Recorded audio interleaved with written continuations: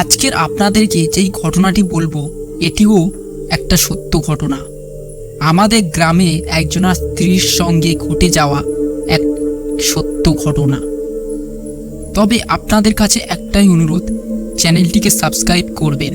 প্রচুর মানুষ শুনছেন গল্পটি, প্রচুর মানুষের ভালোবাসা পাচ্ছি আমরা, কিন্তু আপনাদের অনুরোধ আমাদের এই চ্যানেলটিকে সাবস্ক্রাইব করে দেবেন। তবে আজকের আমাদের গল্পটি শুরু করা যাক। আমাদের গ্রামে আরিয়ানের বিয়ে আজকে। আরিয়ান খুব খুশি। সে বিয়ে করতে যায় এবং বিয়ে করার সময় সে দেখতে পায় তার বিয়েতে নানান রকম বাধা বিপন্ন সমস্যা হয়। আরিয়ান সেসব ঘটনাকে কোনো তোয়াক্কা বা পাত্তা দেয়নি। তারপর সে বিয়ে করে বাড়িতে চলে আসে পরদিন বউকে নিয়ে।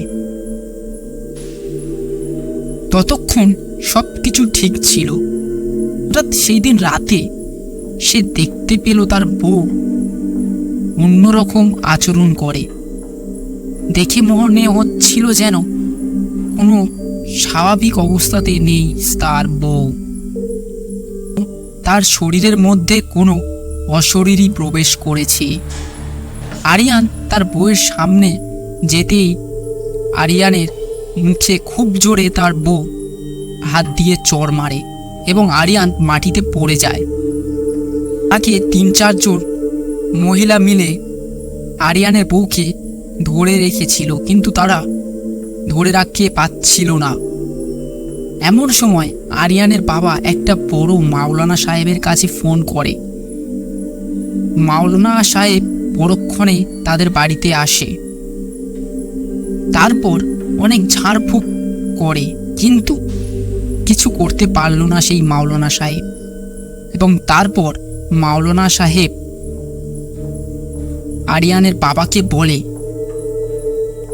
5-6টা জিন আরিয়ানের বউয়ের মধ্যে রয়েছে, তাকে ছাড়বে না। আমি কিছু করতে পারবো না, একটা তাবিজ দিয়ে যাচ্ছি, এটা ওর হাতে বেঁধে দেবে। তারপর সবাই তাবিজটা আরিয়ানের বউকে ধরে বেঁধে দেয়, কিন্তু তাও সে পুরোপুরি সুস্থ হয় না।